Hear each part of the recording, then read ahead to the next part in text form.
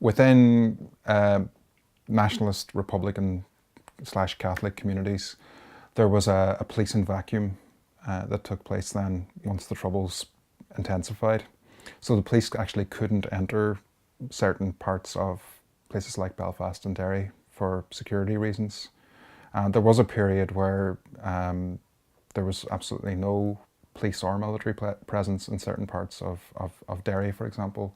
Free Derry, that's where that name comes from. It was seen as a liberated zone where the people took over. The people who lived in that community took it over, and there was no military or police intervention.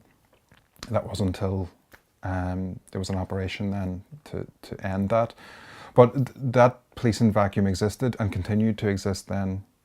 Even if the police were still coming back into the area, there was no trust, absolutely zero trust, especially in strong Republican communities for the police. So the reason that developed and intensified was that, for example, people had a serious mistrust of the police because of some of the actions that they took.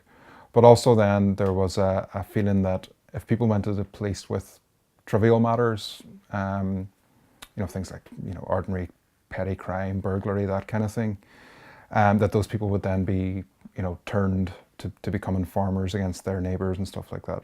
So there was general mistrust and a general disengagement from the legitimate police forces of Northern Ireland.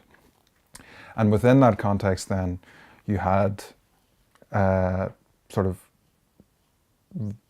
was sort of like Republican administration of justice in a certain way. So people would have gone to Sinn Féin or the IRA to deal with certain things like antisocial behaviour, to do with things like drug dealing or housebreaking or whatever it may have been. So that did exist. And there's still an element of a hangover from that today, where large portions of Republican communities in the north still don't trust the current police force in the north, and would still look towards it, like what are called dissident Republicans by many media sources, and look to them to sort of dispense that kind of justice that they feel that they can't go to the police for. Well, the most defining incidents of the Troubles, in my opinion, would be, so the first of all would be the Duke Street March in Derry in 5th of October 1968. That is the moment when the television cameras of the world were in Derry that day, and they saw the march take place, and then the reaction of the RUC to the march, where there was a sort of an attack on the civil rights marchers. Jerry Fitt, the MP, was one of those people attacked. So those images were beamed across the world, and that brought the world's attention onto the situation in the north.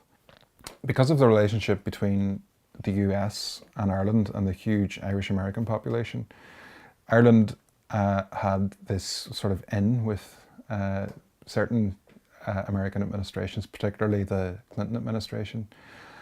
So, I mean, the Irish issue in Washington got so much more time and traction than any other of those ethnic conflicts from around the world. So, for example, I mean, the Basque conflict was going on at the same time, but it wouldn't have taken anywhere near the same amount of attention of the Clinton administration and of various other US administrations that the Irish issue did. It's probably, along with the Israel-Palestine thing, the Irish Troubles and the Israeli-Palestinian conflict are probably the two main ones that the Americans got involved in.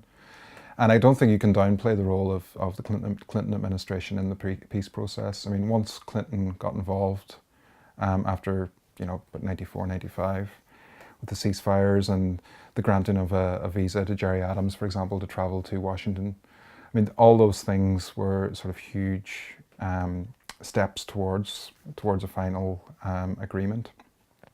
So that is a uniquely Irish thing, that